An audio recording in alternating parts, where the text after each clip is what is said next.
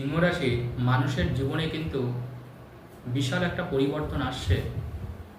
কারণ সিংহ রাশির মানুষ কিন্তু অনেক বিষয়তেই কিন্তু জর্জরিত এবং সমস্যায় জর্জরিত। কারণ এই রাশির সপ্তমে অবস্থান করছে শনি, অষ্টমে অবস্থান করছে রাহু। কিন্তু সিংহ রাশির মানুষ এবার অনেক বাধা পেরিয়ে কিন্তু সফলতার মুখ দেখবেন এবং আপনার ভাগ্যের একটা আকাশ পাতাল পরিবর্তন হতে চলেছে। তার কারণ হচ্ছে সিংহ রাশির জীবনে যেটা হতে চলেছে সেটা হচ্ছে যে রাহু কিন্তু তার নক্ষত্র পরিবর্তন করেছে, অর্থাৎ রাহু উত্তর ভাদ্রপদ নক্ষত্রে অবস্থান করছে, যেটা কিন্তু সিংহ রাশির অষ্টমে অবস্থান করছে রাহু। দেখুন, কোনো রাশির অষ্টমে যদি রাহু অবস্থান করে তখন যে জিনিসটা আমাদের হয়, আমরা কিন্তু ফাটকা ইনকাম পাই, অর্থাৎ হঠাৎ করে আমরা প্রচুর অর্থ পাই, হঠাৎ করে আমরা এমন কিছু কিছু জিনিস পাই যেটার জন্য হয়তো আপনি দীর্ঘ প্রতীক্ষা করছিলেন।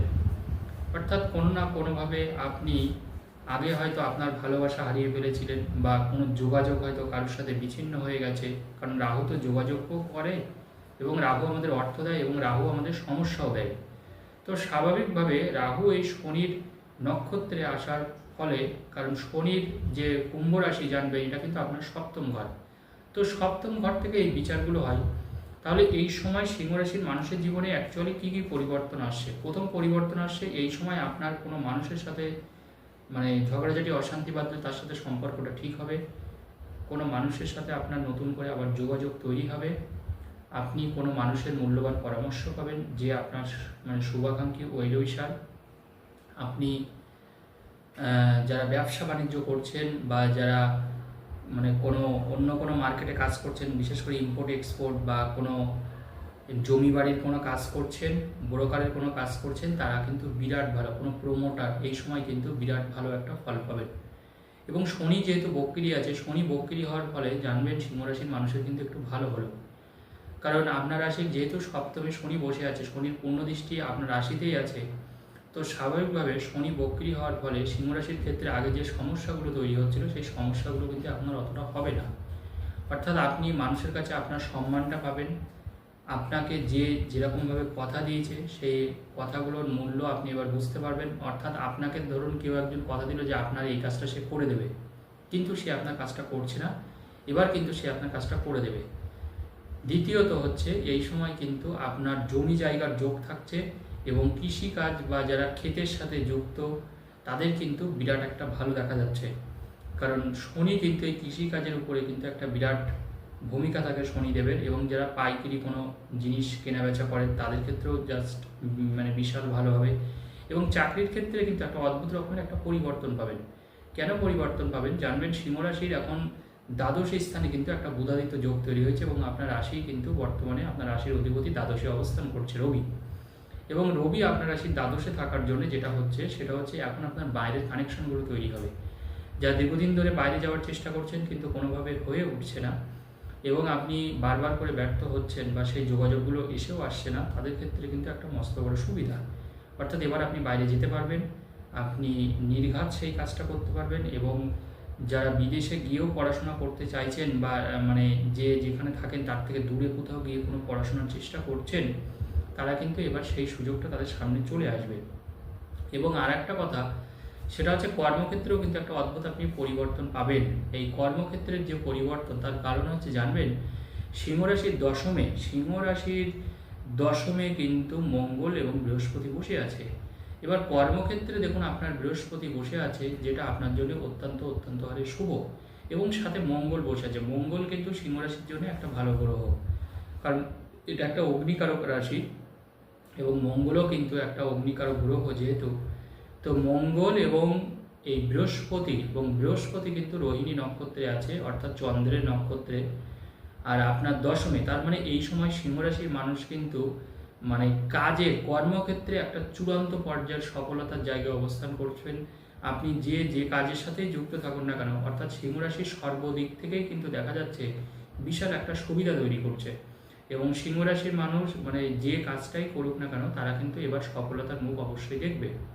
এবং সিংহ রাশির মানুষের ক্ষেত্রে একটা জিনিস একটু মনে রাখতে হবে, সেটা হচ্ছে যে মাথা গরম করে চলবে না। কারণ আপনার রাশির এখন বর্তমানে দ্বিতীয় কন্যা রাশিতে কেতু বসে আছে এবার কেতু থাকার জন্য কি হয়, মাঝে সাঝে মাথা গরম হয়ে যায় এবং আপনার মানে সিদ্ধান্ত নিতে হয়তো আপনি মানে ভালো সিদ্ধান্তটাই আপনি হয়তো অনেকদিন বাদে নিচ্ছেন, বা আপনি একটু লেজি হয়ে যাচ্ছেন, বা আপনি একটু গড়িমসি করছেন কাজে। এই গড়িমসিটা বাদ দিয়ে আপনি যদি ঠান্ডা মাথায় যে কোনো জিনিস একটু ভাবেন, সেই ক্ষেত্রে আমি বলবো আপনার কিন্তু অসফলতার কোনো জায়গা থাকছে না, এবং আপনি যা করছেন যেটা করছেন তাতে কিন্তু আপনি সফলতা পাবেন। অর্থাৎ সর্বদিক থেকে দেখা যাচ্ছে যে রাশির অষ্টমে রাহু অবস্থান করছে উত্তর ভাদ্রপদ নক্ষত্রে, বৃহস্পতি অবস্থান করছে রোহিণী নক্ষত্রে অর্থাৎ চন্দ্রের নক্ষত্রে বৃহস্পতির অবস্থান আমাদের টাকা ঢেলে দেয়, কারণ বৃহস্পতি এবং চন্দ্রের একটা কানেকশান তৈরি হয়ে গেল।